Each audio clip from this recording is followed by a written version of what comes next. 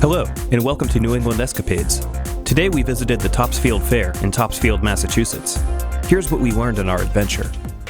On February 16, 1816, a meeting was held to discuss the creation of the Essex Agricultural Society to promote agricultural interest in the area. Consisting of about 20 practical farmers at the Cyrus Cummings Tavern in Topsfield, the goal of the society was to promote and improve the agricultural interests of farmers and others in Essex County. Revolutionary War hero and later Secretary of War and Secretary of Defense Timothy Pickering was elected first president of the group, and in 1820, their first cattle show was held in Topsfield. Topsfield was selected because it was considered the most central location in Essex County at the time to be reached by stagecoach. The idea behind the early fairs was to have an arena in which local farmers could engage in friendly competition, as well as exchange ideas and methods about agriculture. Early events at these shows included cattle shows, oxen pulls, and plowing matches. Between that first fair in 1895, the show was held at a rotating number of locations in New England. This changed when nearby Peabody purchased a 50-acre plot of land, which kept the fair in one location for 15 years.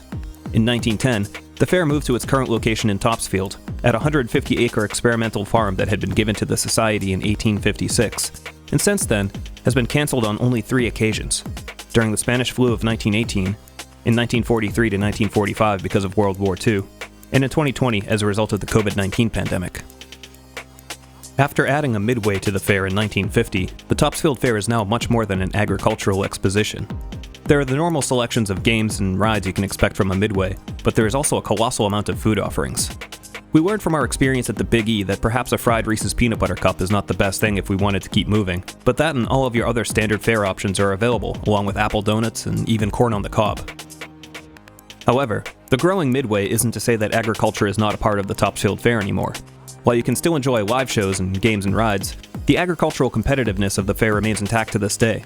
For example, this year, the Giant Pumpkin Award was given to Alex Knoll of Connecticut for a pumpkin weighing in at 2,092 pounds. This is just 2.5 pounds lighter than his own record-breaking 2019 entry. In addition to competitions, there are also animals available for petting and interaction. In the Rabbits and Cavie's barn, the Great Scott Rabbits and Cavie Club educates visitors on their animals, who are all their own personal pets.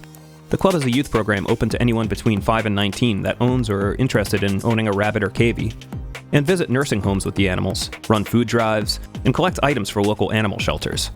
And in case you needed to be educated like we did, a cavie is a guinea pig.